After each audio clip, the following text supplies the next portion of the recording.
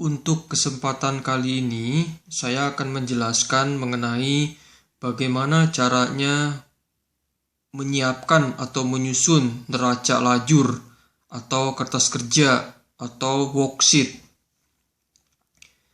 Akuntan seringkali menggunakan kertas kerja atau worksheet berupa neraca lajur untuk mengumpulkan dan meringkas data yang mereka butuhkan dalam rangka menyiapkan laporan keuangan.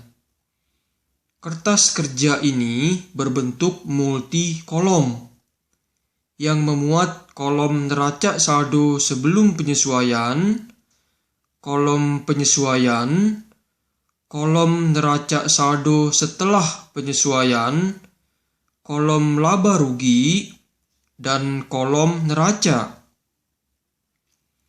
Fungsi kertas kerja ini hanya sebagai alat bantu untuk mempermudah proses penyusunan laporan keuangan yang dilakukan secara manual. Digarisbawahin kata-kata manual. Kertas kerja juga sesungguhnya berguna sebagai alat bantu untuk memahami alur data akuntansi yang dimulai dari neraca saldo sebelum penyesuaian hingga menghasilkan laporan keuangan sebagai produk akhir dari siklus akuntansi. Sebagai alat bantu, kertas kerja ini merupakan catatan akuntansi yang sifatnya tidak permanen. Oleh sebab itu, tidak termasuk sebagai bagian dari catatan akuntansi formal lainnya, seperti jurnal dan buku besar, yang memang dibutuhkan sebagai bagian dari sistem akuntansi. Kertas kerja ini berada di luar alur tahapan siklus akuntansi. Kertas kerja menjadi tidak diperlukan, terutama bagi perusahaan yang sudah memiliki sistem komputerisasi akuntansi yang baik dan memadai. Kertas kerja ini juga tidak diperlukan lagi dalam perusahaan yang kecil, yang dimana hanya memiliki sedikit transaksi, sedikit akun, dan sedikit penyesuaian. Pada perusahaan kecil, laporan keuangan dapat disiapkan langsung dari neraca saldo setelah penyesuaian tanpa menggunakan alat bantu neraca lajur sebagai kertas kerja. Adapun urutan-urutan tahapan dalam menyiapkan kertas kerja adalah sebagai berikut. Pertama, menyiapkan neraca saldo sebelum penyesuaian ke dalam kertas kerja. Hal ini dilakukan dengan cara memindahkan seluruh saldo akhir yang terdapat pada masing-masing buku besar akun. Dalam hal ini adalah saldo akhir sebelum penyesuaian ke dalam kolom neraca saldo sebelum penyesuaian yang ada dalam kertas kerja.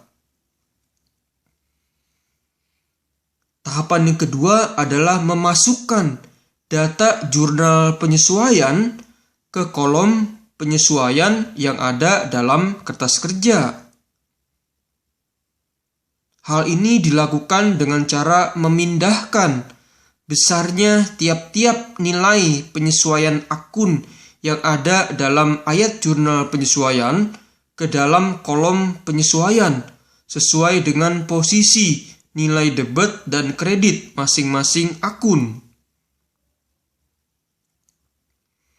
Jika nama akun yang digunakan dalam ayat jurnal penyesuaian ternyata belum terdapat dalam neraca saldo, maka tambahan akun baru tersebut dapat disisipkan tepat di bawah total jumlah neraca saldo yang ada dalam kertas kerja.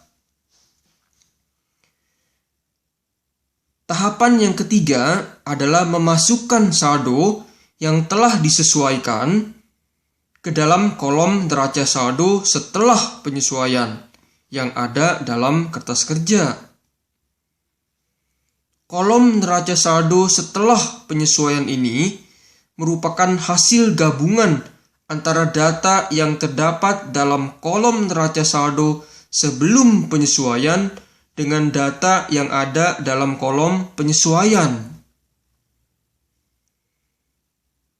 Langkah yang keempat adalah memindahkan tiap saldo masing-masing akun yang ada dalam kolom neraca saldo setelah penyesuaian ke dalam kolom laporan keuangan.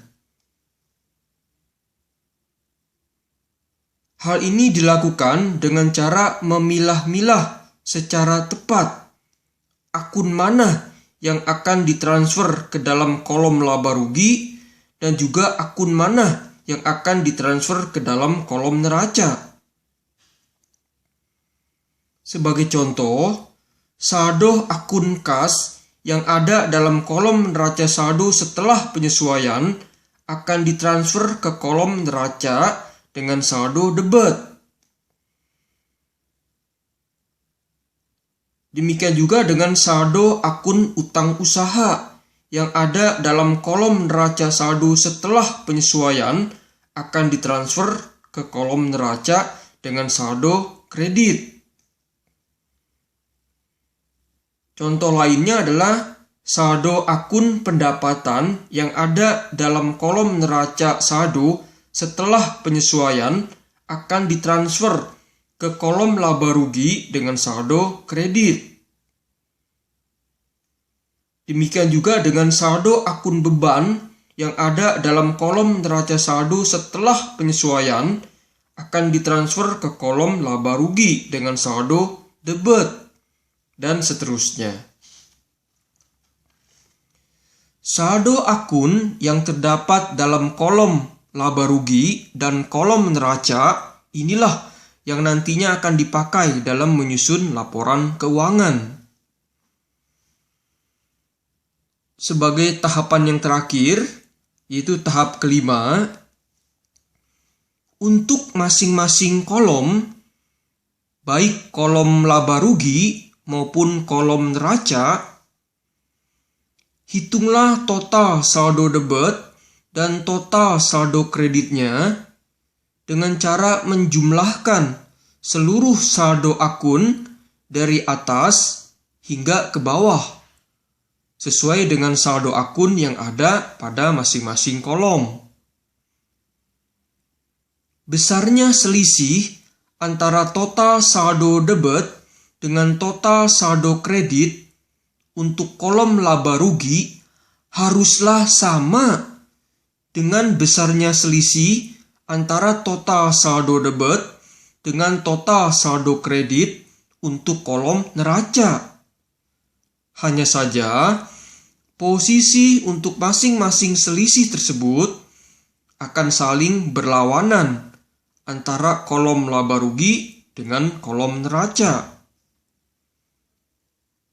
Artinya, jika posisi selisih antara total saldo debit dengan total saldo kredit untuk kolom laba rugi berada di sebelah debit, maka posisi selisih antara total saldo debit dengan total saldo kredit untuk kolom neraca akan berada di sebelah kredit. Namun, dengan besarnya selisih yang sama.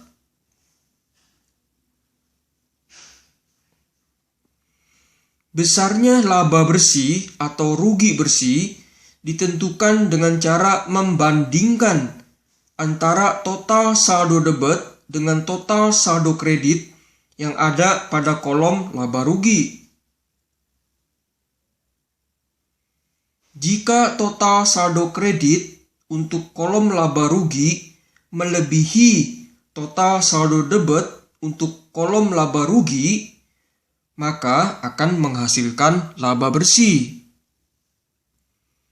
Dan sebaliknya, jika total saldo debit untuk kolom laba rugi melebihi total saldo kredit untuk kolom laba rugi, maka akan menghasilkan rugi bersih. Demikianlah penjelasan dari saya mengenai bagaimana cara menyusun atau menyiapkan neraca lajur. Bagi ada yang ingin ditanyakan, silakan dapat disampaikan di kolom komentar. Salam sukses.